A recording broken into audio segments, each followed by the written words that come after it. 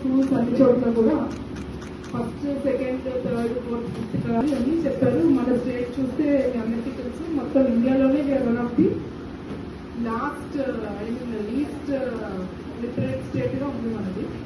So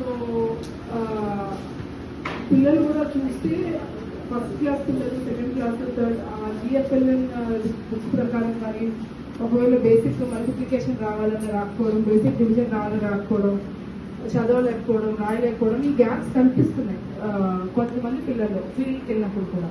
మీరు కూడా observe చేసి ఉంటారు. సో ఇప్పుడు జిఎఫ్ఎల్ఎన్లో మౌంటైన్, స్ట్రీమ్, స్కై అని చెప్పి అసెస్ చేసాము. కొంతమంది స్కైలో ఉన్నారు, కొంతమంది స్ట్రీమ్లో ఉన్నారు, కొంతమంది మౌంటైన్లో ఉన్నారు అంటున్నారు. ఇక్కడ పాయింట్ ఏంటంటే ఒక ఫస్ట్ క్లాస్ నుంచి వెళ్ళే పిల్లవాడికి ఫస్ట్ క్లాస్కి ఏమైతే బేసిక్ ఉందో అది వరకు చెప్పగలగాలి. సో అలానే second, third, fourth, fifth. So fifth class పిల్లోడు మొత్తం 5 ఇయర్స్ మన స్కూల్లో ఉండి కూడా ఫిఫ్త్ క్లాస్ పిల్లోడికి ఫస్ట్ క్లాస్ సంబంధించిన బేసిక్ డేటా కూడా ఇంకా రాకుండా ఉన్న స్కూల్స్ కూడా చాలా ఉన్నాయి, చాలా పిల్లలు కూడా ఉన్నారు. దీనికి కారణం మనం కేవలం స్కూల్స్ మీద తోసినా, టీచర్స్ మీద తోసినా అది కరెక్ట్ కాదు. స్కూల్లో ఇంట్లో వాతావరణం ఉంటుంది, ఇంట్లో ఉంటే అన్నీ ఉంటాయి. ఇటు స్కూల్ టీచర్స్ కూడా ఓవర్ బర్డెన్ అయిన సందర్భాలు ఉన్నాయి. కొన్ని స్కూల్ టీచర్లు కూడా ఇంట్రెస్ట్ చూపించిన సందర్భాలు ఉన్నాయి. సో ఇదంతా ఒక మిక్స్డ్ కేస్ సినారియో ఉంది.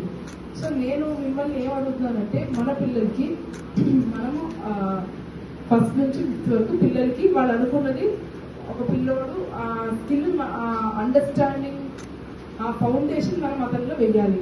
వేస్తే పై క్లాసెస్కి వెళ్ళినప్పుడు కూడా కాన్ఫిడెన్స్ వస్తుంది. ఇప్పుడు మేము ఏ స్కూల్కి ఏ క్లాస్కి వెళ్ళినా సరే బాగా చదివిన పిల్లలు, బాగా అర్థమయ్యే పిల్లలు, యాక్టివ్గా ఉన్న పిల్లలు చేతులు ఎత్తేస్తున్నారు, ముందుకు పడిపోతారు. మేము చెప్తాము. ఇప్పుడు ఎవరికైతే డౌట్లు ఉన్నాడో వెనకాల నుంచి ఉంటాడు, వాడు భయంలోనే ఉన్నాడు. అంటే వాడు బిగినింగ్ భయంలో ఉంది. జస్ట్ బికాస్ వాడికి ఏబిసిడి రాలేదు అదేం పెద్ద విషయం కూడా కాదు. మనం ఏమంటారు, ఇన్వెంట్ చేసిన అక్షరమే ఏబిసిడి అనేది. ఏబిసిడి అంటే పెద్ద ప్రమాణం కాదు. అయినా సరే ఆ ఏబిసిడీలు రాకపోయేటప్పటికి, లేదంటే ఆ స్టడీ చేయలేకపోయేటప్పటికి వాళ్ళ కాన్ఫిడెన్స్ లేదు పిల్లలు. అది రాని పిల్లలకి వాళ్ళు క్లాస్లోని భయంగా ఉంటున్నారు. మై పాయింట్ ఇస్, గవర్నమెంట్ ఎలాగా మనకి ఆ కాన్సెప్ట్ వచ్చింది, ప్రతి పిల్లలకి గ్యారంటీ రెఫరెన్స్ కార్డు ఇవ్వాలి అనే మంచి కాన్సెప్ట్ వచ్చింది. సో అందులో కూడా మనము కొంతమంది టీచర్స్ బాగా చేశారు, కొంతమంది ఒక్కడిగా చేశారు, కొంతమంది చాలా బాగా చేశారు, రకరకాలుగా చేశారు. సో దీన్ని నిజంగా మనం జెన్యున్గా ప్రతి పిల్లలు